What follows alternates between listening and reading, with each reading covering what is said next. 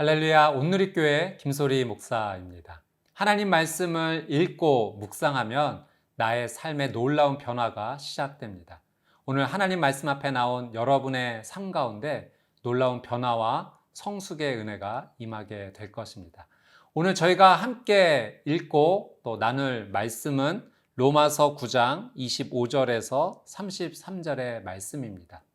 제가 예전에 은혜는 이런 것이다 라는 글을 보았는데요. 참 마음에 와닿았습니다. 어느 학교에 모두가 좋아하는 한 명의 오빠가 있었다고 합니다. 얼굴도 잘생기고 성품도 좋고 운동도 잘하고 마음도 따뜻한 모두가 좋아하는 한 오빠가 있었는데요. 어느 날 학교에 비가 내려서 한 여학생이 집에 가지 못하고 발을 동동 구르고 있었습니다. 그때 그 오빠가 우산을 가져와서 씌워주면서 내가 집까지 데려다 줄게 라고 이야기를 하는 겁니다. 이 학생이 깜짝 놀라게 되죠. 왜 오빠가 나에게? 라는 생각이 들었습니다. 그렇게 길을 걷는데 차가 너무 빨리 지나가면서 흙탕물을 이제 튀기게 되었습니다.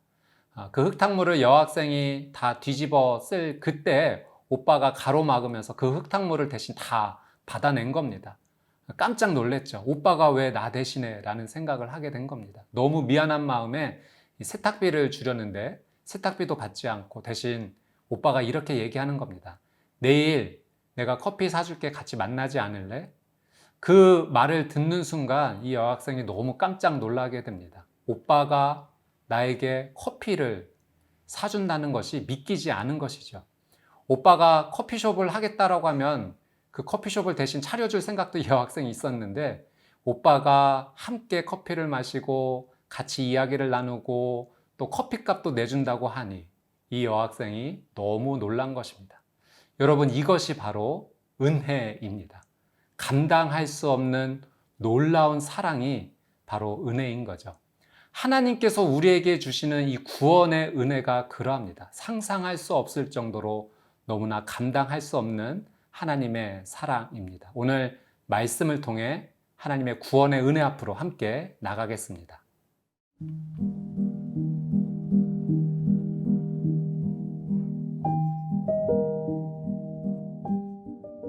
로마서 9장 25절에서 33절 말씀입니다. 호세아의 글에도 이르기를 내가 내 백성 아닌 자를 내 백성이라 사랑하지 아니한 자를 사랑한 자라 부르리라. 너희는 내 백성이 아니라 한 그곳에서 그들이 살아계신 하나님의 아들이라 일컬음을 받으리라 함과 같으니라. 또 이사야가 이스라엘에 관하여 외치되 이스라엘 자손들의 수가 비록 바다의 모래 같을지라도 남은 자만 구원을 받으리니 주께서 땅 위에서 그 말씀을 이루고 속히 시행하시리라 하셨느니라. 또한 이사야가 미리 말한 바 만일 만군의 주께서 우리에게 씨를 남겨두지 아니하셨더라면 우리가 소돔과 같이 되고 고모라와 같았으리로다 함과 같으니라. 그런즉 우리가 무슨 말을 하리요? 의를 따르지 아니한 이방인들이 의를 얻었으니 곧 믿음에서 난 의요. 의의 법을 따라간 이스라엘은 율법에 이르지 못하였으니 어찌 그러하냐? 이는 그들이 믿음을 의지하지 않고 행위를 의지함이라. 부딪힐 돌에 부딪혔느니라. 기록된 바 보라, 내가 걸림돌과 거치는 바위를 시온에 두노니 그를 믿는 자는 부끄러움을 당하지 아니하리라 함과 같으니라. 25절 말씀입니다. 호세아의 글에도 이르기를 내가 내 백성 아닌 자를 내 백성이라 사랑하지 아니한 자를 사랑한 자라 부르리라. 바울은 호세아 2장 23절 말씀을 지금 인용하고 있습니다. 이 호세아에서는 하나님께서 하나님을 떠난 이 북이스라엘의 열 지파를 향해서 더 이상 이제 내 백성이 아니다라고 말씀하셨습니다. 그런데 이제 하나님을 떠났던 그들을 다시 내 백성이라고 하나님께서 불러주신 은혜는 그들과 새로운 언약의 관계 속에서 백성으로 맞아 주신다라고 하는 것이죠. 바울은 이 말씀을 언급하면서 이방인에게 이 말씀을 적용하고 있는 것입니다. 원래 하나님의 백성이 될 자격이 없는 그들인데 하나님께서 새로 주신 이 언약의 은혜 안에서 이 이방인들을 다시 하나님의 백성으로 품어주신다라고 말씀해 주시는 거죠. 우리 26절 말씀 한번 같이 보겠습니다. 너희는 내 백성이 아니라 한 그곳에서 그들이 살아계신 하나님의 아들이라 일컬음을 받으리라 함과 같으니라. 이 말씀도 호세아 1장 10절 말씀을 바울이 인용한 것인데요. 그 북이스라엘 백성들에게 하신 말씀을 이방인들에게 적용하고 있습니다.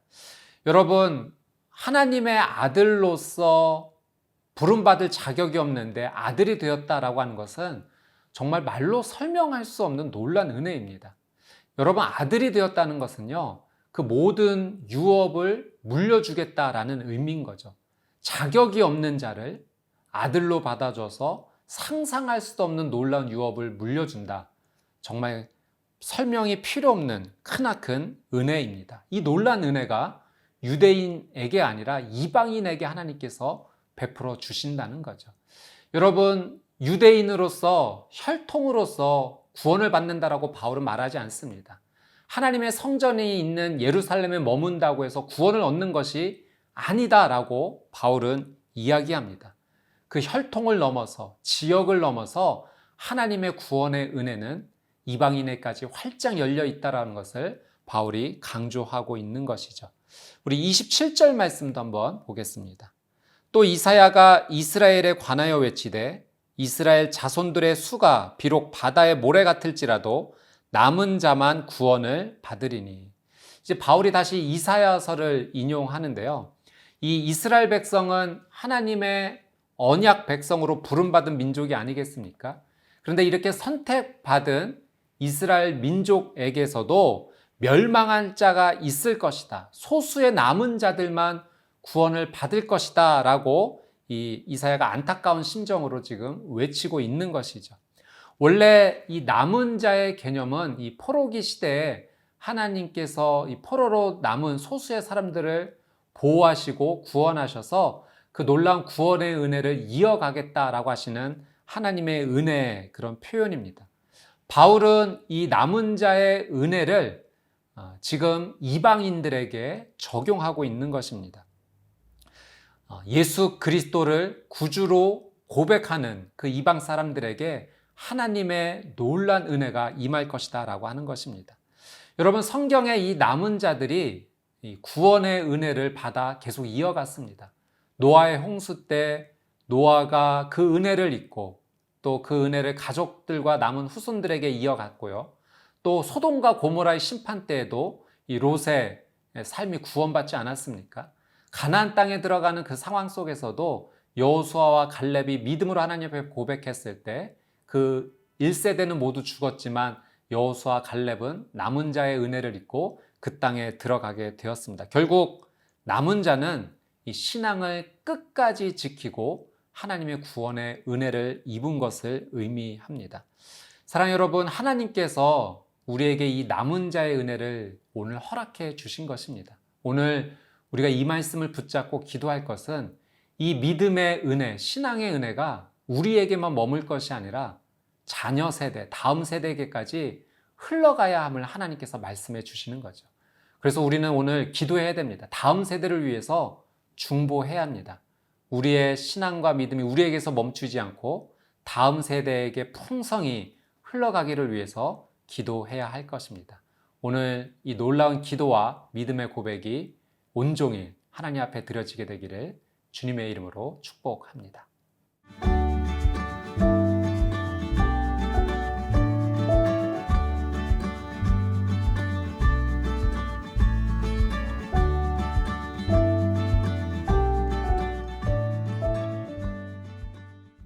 (30절) 말씀입니다. 그런즉 우리가 무슨 말을 하리요? 의를 따르지 아니한 이방인들이 의를 얻었으니 곧 믿음에서 난 의요. 여러분, 이방인들은 아브라함의 혈통이 아닙니다. 그들은 율법을 따르지도 않았습니다. 그런데 놀랍게도 하나님께로부터 의롭다 함을 받았다라고 기록하고 있습니다. 그 이유가 무엇인가요? 그들이 바로 예수 그리스도를 믿음으로 받아들였기 때문에 그렇습니다. 하나님의 놀라운 전적인 은혜입니다. 우리 31절 말씀 보겠습니다. 의의 법을 따라간 이스라엘은 율법에 이르지 못하였으니. 근데 반대로 이 율법을 지키고자 노력했던 이스라엘은 의에 이르지 못했다라고 이야기합니다. 여러분, 율법의 행위로는 우리가 의롭다함을 얻을 방법이 없는 겁니다. 사도 바울이 로마서 3장 20절 말씀에 이렇게 얘기했죠. 그러므로 율법의 행위로 그의 앞에 의롭다 하심을 얻을 육체가 없나니 율법으로는 죄를 깨달음이니라. 여러분, 인간의 노력으로는 절대 우리가 의로워질 수 없습니다. 율법을 하나도 빼먹지 않고 완전히 지킬 수 없는 것입니다.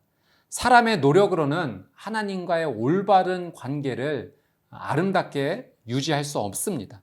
여러분, 율법을 지킴으로 의를 얻지 못한다면 하나님께서 새롭게 제시해 주시는 그 방법을 우리는 따라가야 됩니다. 하나님께서 우리에게 새롭게 주신 은혜가 무엇입니까? 예수 그리스도를 믿기만 하면, 예수 그리스도를 믿음으로 받아들이기만 하면 우리를 의롭다 여겨주시겠다라고 하나님께서 약속하시고 말씀하신 거죠. 그런데 이스라엘은 그것을 거부했고 결국 의에 이르지 못한 것입니다. 여러분, 예수님을 믿는다는 것은 예수님과 연합하는 것입니다. 우리의 행위의 노력으로 의로움을 얻는 것이 절대 아니죠. 우리가 예수님 안에 들어감으로 말미암아 예수님 주시는 그 은혜로 의로워지는 것입니다. 그래서 행위는 의로움의 방법이 될 수 없고 의롭게 여김받은 은혜를 받은 자의 열매가 되는 것입니다. 저는 저와 여러분의 삶이 예수님을 그리스도로 우리의 구세주로 온전히 믿음으로 고백하고 그렇게 의롭게 함을 받은 자의 행위로 하나님께 영광을 돌리게 되시기를 주님의 이름으로 축복합니다. 32절, 33절 말씀입니다. 어찌 그러하냐? 이는 그들이 믿음을 의지하지 않고 행위를 의지함이라. 부딪힐 돌에 부딪혔느니라. 기록된 바 보라, 내가 걸림돌과 거치는 바위를 시온에 두노니 그를 믿는 자는 부끄러움을 당하지 아니하리라 함과 같으니라. 여러분, 예수 그리스도를 믿음으로 받아들이지 못한 유대인들은 결국 넘어졌습니다. 실패했습니다. 돌에 걸려 쓰러졌습니다. 이 말씀에서 부딪힐 돌이라고 표현된 것은 예수 그리스도를 의미합니다. 유대인들은 예수님을 걸림돌이라 여겼죠. 그래서 예수님을 십자가에 못 박고 예수님을 저주하고 배반한 것입니다. 그들이 걸림돌로 여겼던 십자가의 예수 그리스도는 걸림돌이 아니라 바로 구원의 돌이었습니다. 여러분, 예수님을 구세주로 믿는 모든 사람은 하나도 예외 없이 구원의 놀란 은혜에 이를 것입니다. 예수님만이 구원의 유일한 길, 진리, 생명이 되십니다. 그래서 예수님을 믿는 자는 그 마지막에 부끄러움과 수치를 당하지 않을 것입니다. 어떤 사람이 서울로 가는 그 기차 안에서 열심히 뛰고 있었습니다. 그래서 옆에 있는 사람이 물었죠. 아니, 왜 이렇게 뛰세요? 그랬더니 이 사람이 이런 대답을 했다고 합니다. 서울에 가려면 열심히 한번 뛰어봐야지요. 여러분, 서울로 가는 기차 안에서 자신이 열심히 뛰는 것, 이거 얼마나 어리석은 모습입니까? 여러분, 우리는 예수 그리스도를 믿음으로 이미 감당할 수 없는 놀라운 하나님의 은혜를 덧입게 되었어요. 우리의 행위와 노력으로 얻을 수 없는 의롭다함을 얻은 것입니다. 그래서 여러분, 우리가 어떤 신앙의 행위로 내 만족을 얻고자 신앙생활을 하는 것이 아니라 예수님과 하나가 되었다는 이 놀란 은혜를 기쁨으로 받아들이고 하나님과 교제하면서 예수 그리스도의 그 뜻을 따라가는 삶을 사는 것이 우리가 하나님의 구원의 은혜를 누리는 거룩한 삶이 될 것입니다. 이 구원의 은혜를 놀랍게 받아들이고 하나님의 뜻에 살아가는 복된 하루가 되시기를 주님의 이름으로 축복합니다.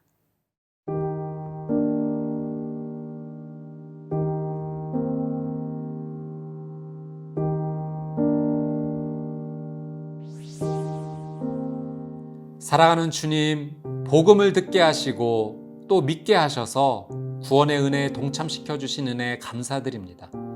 나를 남은 자로 삼아주시고 하나님의 은혜 아래 거하게 하셨으니 이 은혜를 잘 전달하는 삶을 살게 하옵소서. 특별히 자녀 세대, 다음 세대를 위해 기도합니다. 우리보다 예수님 더 잘 믿는 세대 되게 하옵소서. 예수님과 연합하고 말씀을 묵상하며 하나님께서 원하시는 진리의 길로 걸어가게 하옵소서. 행위로 만족하는 신앙생활이 아니라 하나님의 주신 은혜에 감사하는 신앙생활 되게 하여 주옵소서. 예수 그리스도의 이름으로 간절히 기도드리옵나이다. 아멘.